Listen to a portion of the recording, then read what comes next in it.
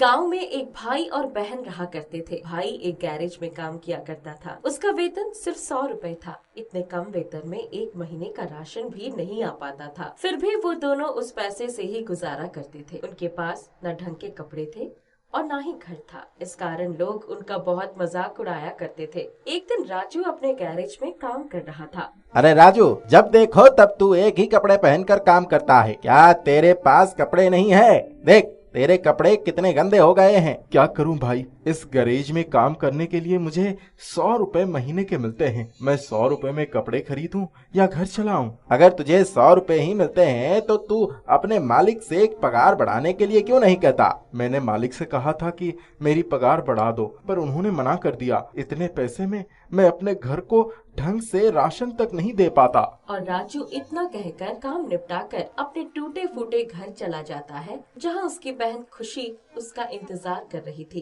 भैया तुम आ गए, अब चलो जल्दी से फ्रेश हो जाओ। कल का बचा कुचा बासी खाना मैंने तुम्हारे लिए रखा है, आकर खा लो। फिर तुम क्या खाओगी? नहीं नहीं, मैं नहीं खाऊंगा। वो तुम खा लो, मैं बाद में खा लूंगा। नहीं नहीं भैया, चलो हम दोनों मिलकर खाते हैं। ना जाने हम दोनों कब तक बासी खाना खाते रहेंगे। और वो दोनों बचा हुआ बासी खाना खा लेते हैं और सो जाते हैं। अगली सुबह, भैया हमारे पास तो राशन ही नहीं है, आज मैं खाना क्या बनाऊंगी? तू परेशान ना हो, मैं अभी जाकर मालिक से कहता हूँ कि मुझे कुछ पैसे दे दे। उस पैसे से मैं घर का राशन ले आऊंगा। ठीक है भैया, पर जल्दी आना। राजू गैरेज जाता है, जहां वो अपने मालिक से कहता है, मालिक, आप मुझे मेरे महीने के पैसे अभी दे दीजिए, क्योंकि मुझे घर का राशन लाना है। क्या कहा? पैसे? तुझे मैं इतनी जल्दी पैसे दे दूं? एक तो ढंग का काम नहीं करता और एडवांस पैसे मांग रहा है। नहीं मालिक, ऐसा मत करो।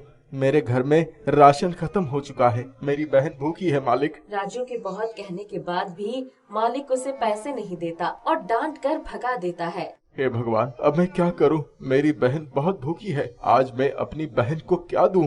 जब वो घर जाता है तो उसकी बहन उससे कहती है, भैया पता है, आज मेरी दोस्त बिरयानी खा रही थी। मैं जानती हूँ भैया कि तुम बिरयानी बहुत ही अच्छी बनाते हो। क्या तुम मेरे लिए बिरयानी बनाओगे? खुशी, बिरयानी बनाने के लिए सामान की जरूरत पड़ती है और मेरे पास पैसे नहीं है कि मैं बिरयानी का सामान ला सकूं। खुशी उदास होकर राजू से कहती है, कोई बात नहीं भैया, रहने दो, मैं कभी और खा लूंगी। इतना कहकर खुशी वहाँ से चली जाती है। राजू को बहुत बुरा लगता है और राजू खुद से कहता है, हे भगवान, मैं इतना गरीब क्यों हूँ? मैं अपनी बहन की इच्छा भी पूरी नहीं कर पा रहा हूँ। मुझे खुशी को मना नहीं करना चाहिए था। वैसे पंकज ने कहा था कि कुछ दिक्कत होगी तो मुझे कहना, मैं उससे कुछ पैसे उधार ले लेता हूँ और खुशी के लिए बिरयानी बना देता हूँ। राजू पंकज के पास जाकर कुछ पैसे उधार मांगता है, जहाँ पंकज राजू से कहता है, भाई मेरे पास तो पैसे ही खत्म हो गए हैं।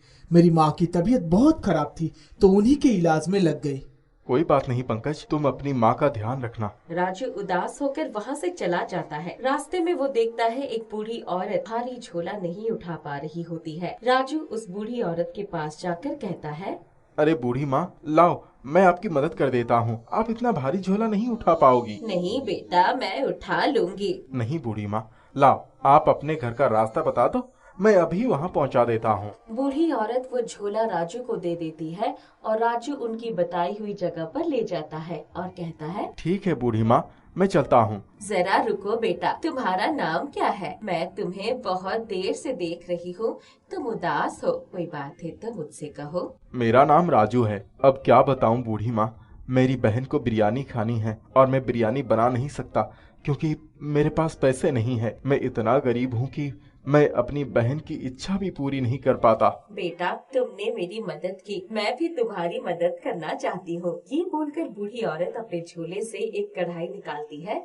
और राजू से कहती है, ये लो राजू, ये एक जादुई कढ़ाई है। इस कढ़ाई से तुम बिरयानी बना सकते हो। जब तुम इस जादुई कढ़ाई को चूल्हे पर रखोगे तो बिरयानी खुद व खुद बन जाएगी। आपका बहुत बहुत धन्यवाद बूढ़ी माँ। राजू धन्यवाद बोलकर अपनी बहन के पास जाता है और ये सारी बातें अपनी बहन से कहता है। फिर राजू चूल्हा जलाकर वो कढ़ाई चूल्हे पर रखता है। देखते ही देखते उस जादुई कढ़ाई से जादुई बिरयानी बन जाती है। अरे वाह भैया, आपने बिल्कुल सही कहा था, ये तो सच में जादुई बिरयानी बन गई है। भैया तुम बुरा न मानो, तो मैं तुमसे एक बात कहना चाहती हूँ। कहो। भैया मैं चाहती हूँ कि तुम एक बिरयानी की दुकान खोल लो, ये जादुई बिरयानी बेचो, क्योंकि गैरेज में तो इतने पैसे भी नहीं मिलते। मुझे लगता है कि बिरयानी की दुकान से पैसे आना शुरू हो जाएंगे। अरे हाँ बहन, तुम बिल्कुल सही कह रही हो। फिर दोनों भाई बहन बाजार में एक मिट्टी का चूल्हा बनाकर वहाँ उस कढ़ाई से जादुई बिरयानी बेचना शुरू करते हैं। वो जादुई बिरयानी बहुत स्वादिष्ट होती है, इसलिए बिरयानी खाने के लिए वहाँ लोगों की भीड़ लग जाती है। देखा भैया, पहले ही दिन से हमारी जादुई बिरयानी खाने के लिए लोगों की भीड़ लग गई है। हाँ खुशी, तुम बिल्कुल सही कह रही हो। और देखो, यहाँ तो और भीड़ बढ़ती जा रही है।